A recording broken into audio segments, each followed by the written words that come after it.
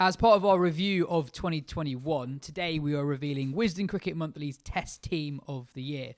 I've got the magazine editor of WCM, Joe Harman, and the editor-in-chief of WCM, Phil Walker, with me. Joe, this isn't the first time we've had a WCM Test Team of the Year. Yeah, we started this in 2018, did it again in 2019.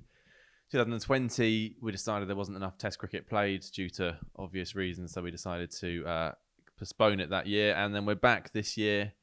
The only little complication to throw in is we decided to do over a 13-month period. So it's December the 1st, 2020 until the end of 2021, so that we didn't miss that big chunk of cricket, which people remember included that kind of amazing series between India and Australia, and also New Zealand beating Pakistan. So we wanted to have those series in there. And on that basis, we went to 28 writers and pundits, asked them to give us their 11, and then we crunched the numbers and then ended up with the team we're going to talk about today. Do you want to run through some of the panellists and how? So it was a voting system, one vote for each panelist for each position. Do you want to run through some of the people who voted? Yeah, everyone's vote was worth the same. This is a democracy, after all, that we live in, and it's all the writers that you'll see in Wisden Cricket Monthly and on Wisden.com, including our international correspondents. So it's not just English people voting. So we've got Andrew Alderson, Lawrence Booth, Adam Collins, Mel Farrell, Daniel Gallen, Ben Garner, Joe Harman, Tahir Hashim, John Houghton, Mohammed Izam, Jonathan Liu, David Lloyd, Will McPherson, Neil Wanthorpe, Suresh Menon, Andrew Miller, Patrick Noon, Daniel Norcross, Scott Oliver, Yas Rana, Sashalik, Adia Sharma, Rob Smythe, John Stern, Makel, St Patrick Hewitt, never know how to pronounce that, I'm going with that. Me, James Wallace, Isabel Westbury. What a list of names that is. Let's get into the team that was selected. The openers were Dimuth Karunaratne from Sri Lanka and Rohit Sharma. I'll be honest, I didn't vote for Karunaratne. No, you didn't. I didn't vote for Karunaratne. It's all about you. He had a truly brilliant year, in fairness to him. He averaged 62 for hundreds, and the smallest hundreds a lot, I think, was the best one. He scored 100 at Joburg against South Africa in a very low-scoring game, particularly from Sri Lanka's point of view. They lost by innings despite that 100. But I didn't vote for him because he had really good home numbers and really quite bad away numbers despite that 100. He averaged 28 away from home, and his numbers were overall inflated by a really high-scoring series against Bangladesh at home. But I guess you can't really argue too much with the guy who averaged 62. But Phil, Rohit Sharma, I guess this is the year we've all been waiting for Rohit Sharma. He's looked so good for so long, but this is the year where he kind of showed everyone that he can be a beast in all formats, everywhere where he goes. Yeah, I mean, there's the two standouts against England, the 161 in the second test in Chennai. Yep, Chennai. The nod of approval. And the 100, of course, he made at the Oval in the second innings, coming on the back of a brilliant 80-odd as well at Lord's in that series that kind of nailed him down as an away batsman of high caliber, and as an opening bat as well against a Rouge Duke's ball, and showing an immaculate old school old world technique. Not only is he a joy to watch, but he's an education as well, if you like. That 84 at the Oval, 83 at the Oval, in fact, I think it was. I don't think I'll ever forget that. I might not know what score it was, but I'll never forget seeing it. He was marvellous. 96% of our panel voted for him. He's now, I think, the standout opening bat in international cricket. Just briefly on Karunaratne, who did make my team. Did he make yours, Joe? Yeah, he did quite comfortably, to be honest. And I think it's what he's doing more broadly as well. Yeah, I was about to say just a number we picked out. He's scored 9 centuries since the start of 2017, which is the most by any opening Test cricket. So if this was a one-off, I might have kind of gone along with your thinking, but it felt like a sort of body of work that had produced this year, and he deserved his place. And he was he got 86% of the vote, so he's not unanimous, but I think that would have only been 3 people didn't vote for him, 3 or 4 people didn't vote for him.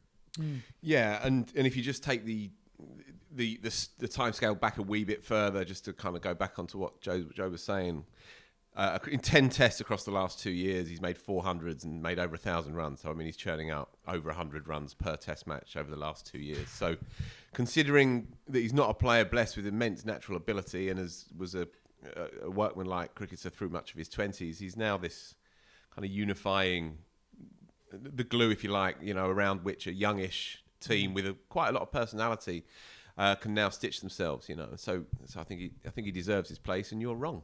Also, let's be honest, there's not many openers about who were pushing hard. You went for Conway. Yeah, mine was quite a cheeky pick. Devon Conway only played 3 Test matches in 2021. He's got 2 Test hundreds since, but they don't count. Those 3 Test matches were all in England: double 100 Lords, 80 at Edgbaston, and then 54 in the first innings of the World Test Championship final. I just thought, in terms of impact, those are 3 innings that will be remembered for a long time. That New Zealand didn't win that first Test match at Lords, but his 80 in the second Test match at Edgbaston, that set up what was the winning result for the first touring side to win in England for 7 years. I thought that was pretty big, but yeah, completely get Karina right. I guess the other name to mention is KL Rahul, who got hundreds in England and South Africa. The South Africa 100 at the very, very end of the year. I guess that pushes those guys quite close too, but no real complaints with those two. Should we head it into the middle order? Joe, let's start with Kane Williamson. And you mentioned that the time period that we're considering isn't just 2021, it's the last month of 2020 where Kane Williamson was arguing the form of his life in that New Zealand home summer, scoring double hundreds, and New Zealand had to win every one of those Test matches in their home summer to qualify for that World Test Championship final. Williamson was absolutely fundamental to them getting there. He was stunningly good. He was also the captain that won the first ever World Test Championship final, which I think that was certainly in my mind as I picked my team. Williamson only actually played 6 tests in our qualification period because of injury as well. A mere 88.4. Well, he did, exactly. He did average. That'll do. Yeah, so I think there's not too many arguments there. It's interesting, though, with part of the problem of Test cricket is that some teams play a lot more than others, and this really comes to the fore when you're picking these teams. Some players just didn't qualify based on the number of games they'd played. It was only through Williamson's sheer brilliance that he got in, having played 6 tests. Usually 6 wouldn't be quite enough to sneak in there, I think. Just a word on his 238, which was the standout innings that we selected. Joe and I wrote these pieces and we went for a standout knock of each from each player. 238 from 364 balls, 28 fours at Christchurch against Pakistan. No one else made 100. I was just a ridiculous piece of work, really, and that was an innings win that secured them that place, really, or got them largely to that final. And in the final as well, it was a weird game, of course, a 3-day game spread over 6, rain everywhere, and he made. Do you remember made 49 in 100? I've got it here, 177 balls. Strategic masterpiece, because people didn't quite understand what was going on, but he was blunting India's charge, ensuring that they were going to be able to get themselves in a position where they could win it on the final afternoon, and then he sort of jauntily took them home with an unbeaten 50. He's probably pound for pound the best Test match batsman in the world, I would say. Yeah, it's quite interesting that you mentioned the double 100 against Pakistan. That's not even my favourite Kane Williamson recent double 100.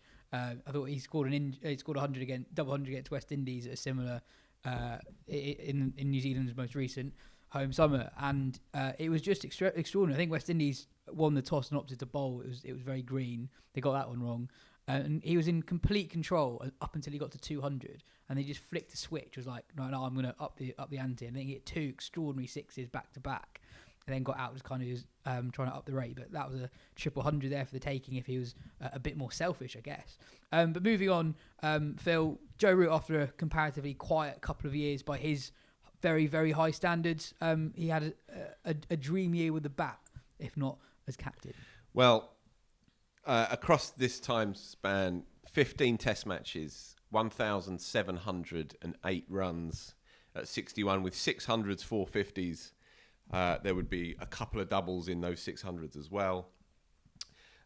It's an immense relief to people who care about English cricket that the greatness of Joe Root has been finally confirmed. I think he didn't need to have this year to be considered one of the English greats, but now with this year, he's one of the world greats, not just of his era, but of the century and maybe even further back than that.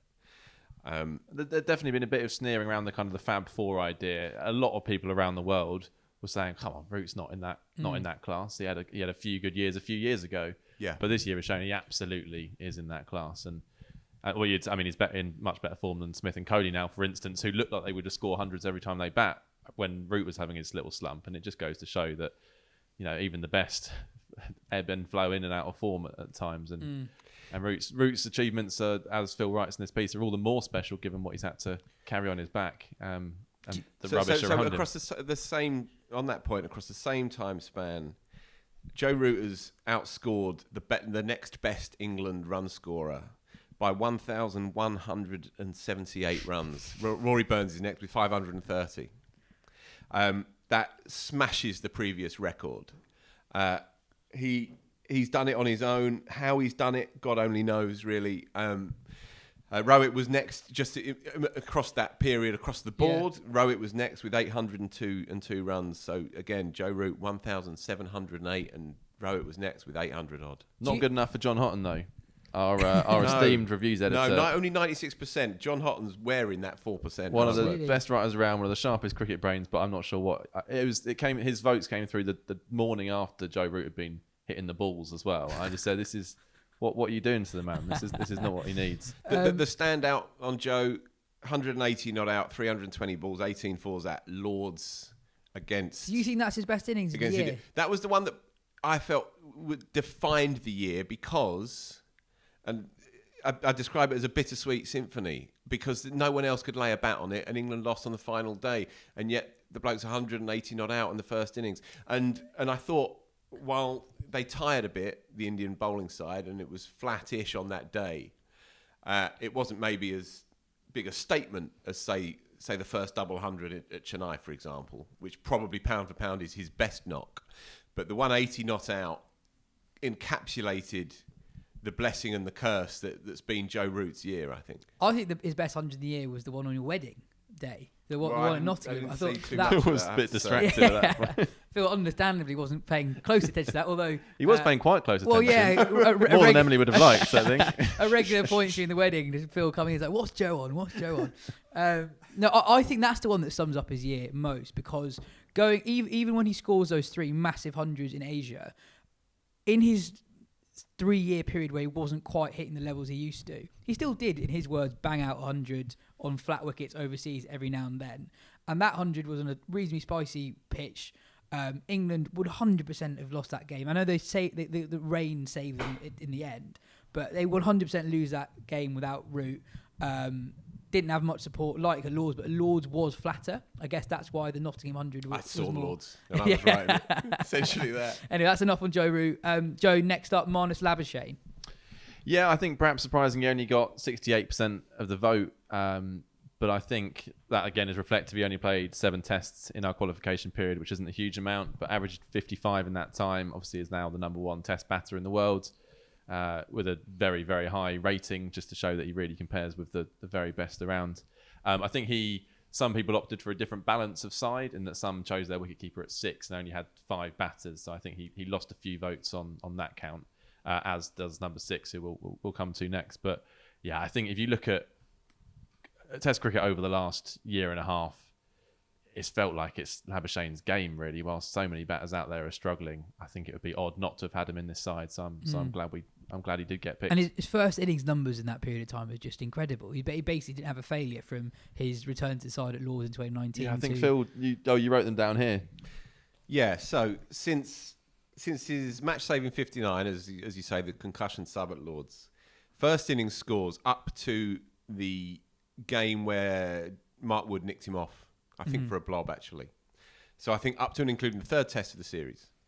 74, 67, 48, 185, 162, 142, 63, 215, 47, 48, 91, 108, 74 and 103. Yeah, that's not bad, is it? It really is Bradman vibes. Yeah. He is a fascinating cricketer to watch. Yeah, we were discussing earlier about how good will Labuschagne end up being, because he's not played that much away from home. But on the ICC historical rankings, which I admit to not really understanding exactly how the rating system works, but his rating of 935 is the joint 12th highest of all time, and this goes back to the very start of Test cricket, and that's joint with De Villiers and Callis's peaks. Yeah. He's only 20 odd Test matches in his career, which is 21 tests to get to #1 in the world. I don't have a comparison with anybody else there, but that is a run of form, the equal of anyone else in history, really, with the exception of Bradman.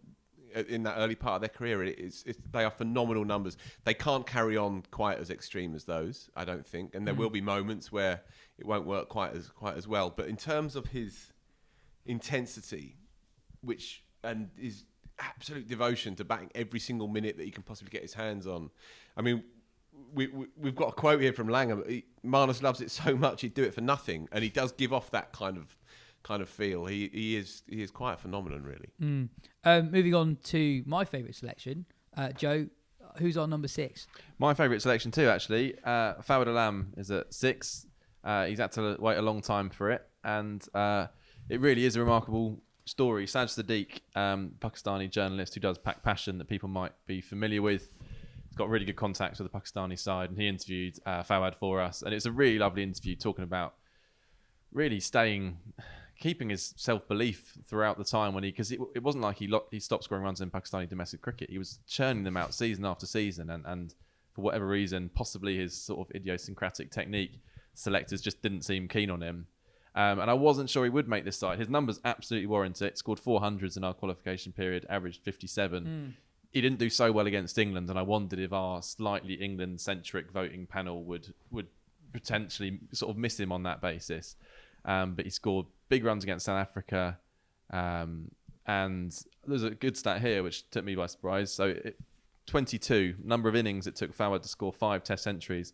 That's the fastest in history by a batter from Asia. Some decent competition in there. So that just goes to show and obviously one of those centuries was 11 years ago on his debut? I think his Test debut, opening the batting, yeah. Then he got dropped 3 tests later, yeah. And then took 11 years to come back. So it's a brilliant story.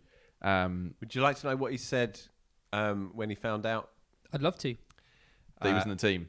Found out in our team. Yeah. Selected in WCM's Test Team of the Year. It's a dream come true, he said. I didn't think that my performances would ever warrant such a selection, as there are so many great players around the world. As soon as I found out, I was so excited and honoured, and I wanted to tell everyone. But then I thought, no, I'll surprise them and let them find out for themselves when the team is officially announced. I know that my father will be especially delighted and very proud, and I can't wait to see his reaction when he finds out. Oh, that is lovely. That is a showstopper. Yeah, I mean, I thought he 100% merited inclusion, partly because he scored 400s in the time period against 4 different opposition. Yeah. Which is obviously amazing. And also, he scored one of the innings of the year against South Africa. I think it was at Karachi. So he comes in at 27 for 4 in a really tricky period, scores 100 with not that much support, that eventually wins the game. And, if you go back to the start of that New Zealand series, because that was their first Test outing after their England series, I must admit, for years I wondered why this guy wasn't the side, because he was averaging 55 in first. Then you saw him. Then in one ball, I thought, well, that's probably why. He doesn't have a very good series against England. It's okay. It's not bad. And then there's a bit of pressure in that New Zealand series, and then he does well there. And ever since then, he's not really looked back. Moving on to the keeper, I know Mohammad Rizwan had an amazing year, but it just felt it had to be Rishabh Pant, right? Yeah, it did. And again, this was before the masterpiece last week, of course. It only went up to the end of 2021. That 89 not out at Brisbane is one of the innings of the era, really. And he went into it as a storied player, but he came out of it as India's next captain in waiting, their kind of spiritual leader in the post-Kohli era, and I think we'll end up seeing that as well in the Test side before too long, if not next week. He's obviously box office and all the rest of it, but I think we had this conversation about him a couple of years ago, and we said, what is Rishabh Pant going to be? Rishabh Pant could hit a white ball around the world with his eyes closed for the next 10 years, make a hell of a lot of money, and entertain us royally. But it was always going to be in the Test game where the Rishabh Pant story would play out one way or t'other. And he's become something very, well, I was going to say special or unique. Well, I mean, obviously there is only one other comparison, and it's Gilchrist from the previous era. I think he has yet still to find the absolute balance in his game, but I think it will come with a bit more maturity, a bit more game smarts, and the 100 he made last week from 190 all out in the third innings of a Test match on a spicy track in South Africa. I think that was the model for him going forward, a mixture of aggression and poise. and game smarts, and obviously immense self-belief. You know, he's an extraordinary cricketer. Joe, the Gilchrist comparison is quite interesting.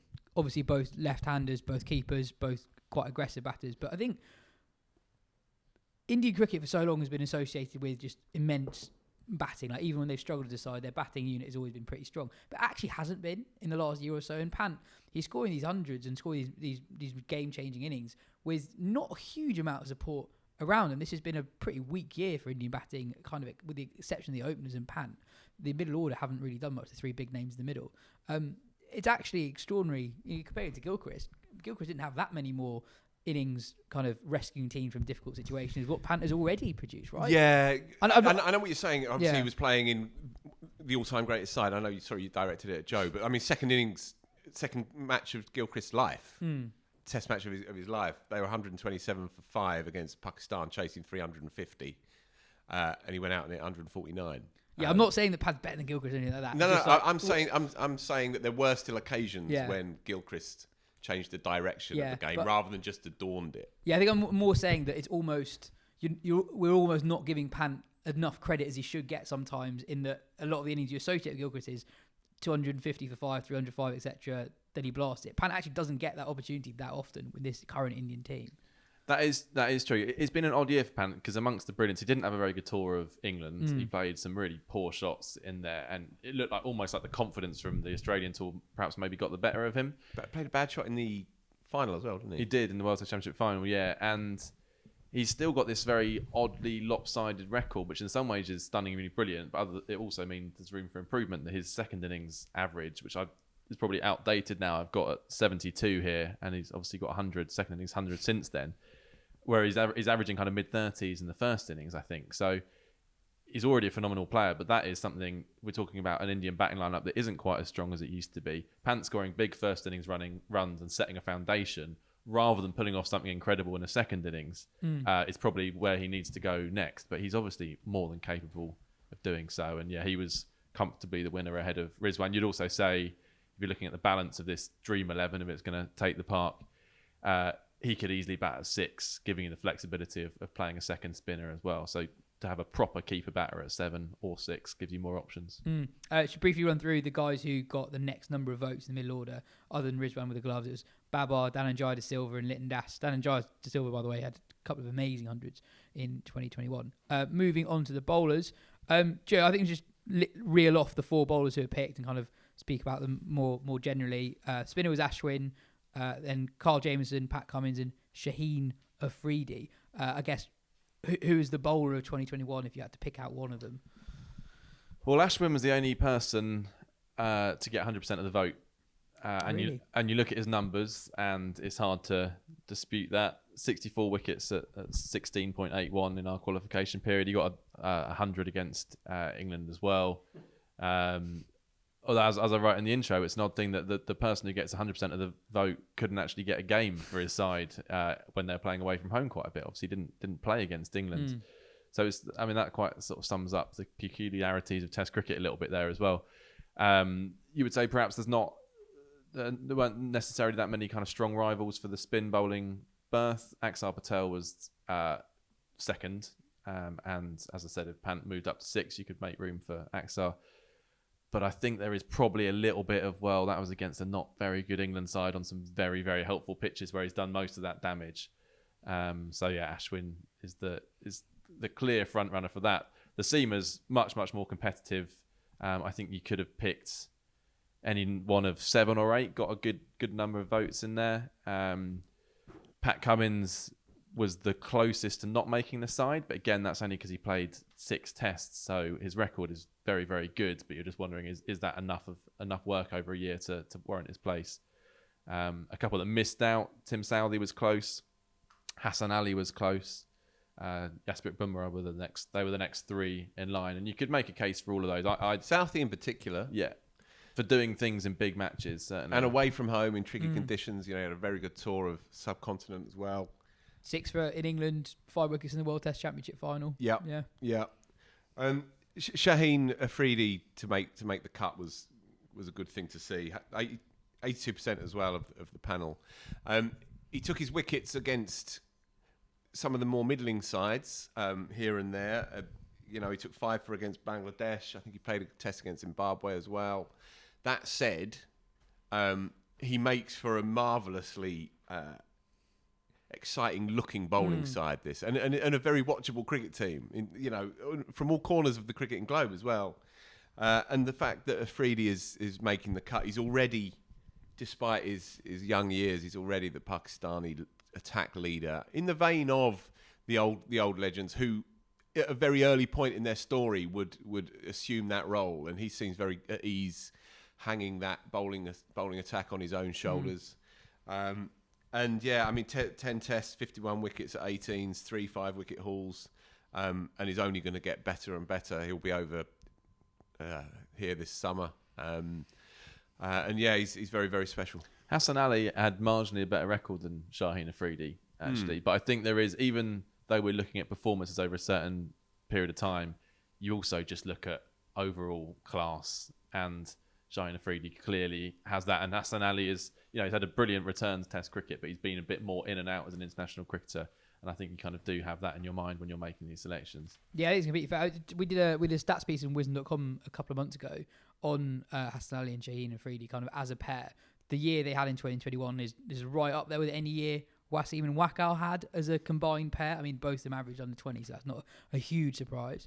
Joe, do you want to run through what else is covered in the magazine's review of the year section?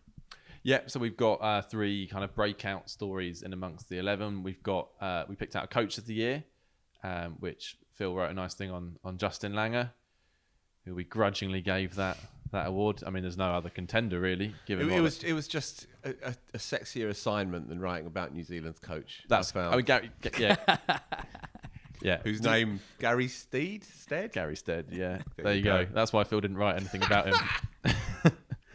And then we had our innings of the year, which we picked out as Kyle Mayer's double century against Bangladesh, with sort of no record to speak of. Plays one of the great fourth innings knocks in Test history. Yeah, I've got it here. And of course, no West Indies player in the 11.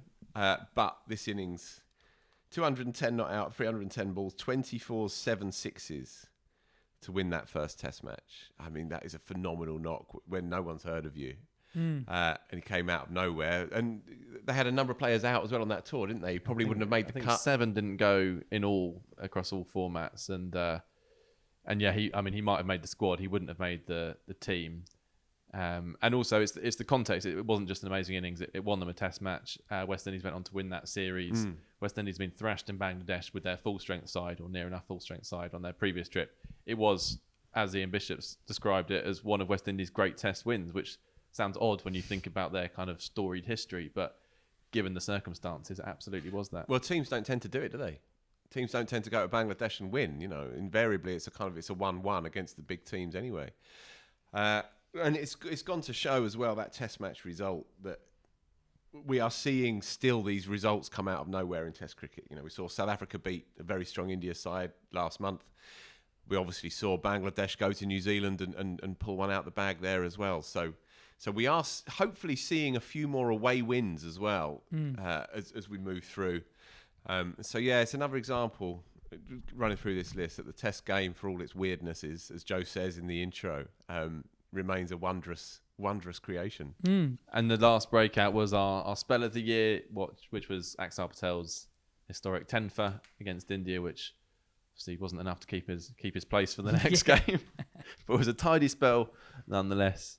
And just to pick up on Phil's point about the sides, and it's nice to look through this 11 and see a balance between countries here. India topped the list with 3, but I think we 3 other countries had 2 players. So it's nice that we've got a balance. We're not still being dominated by the big 3.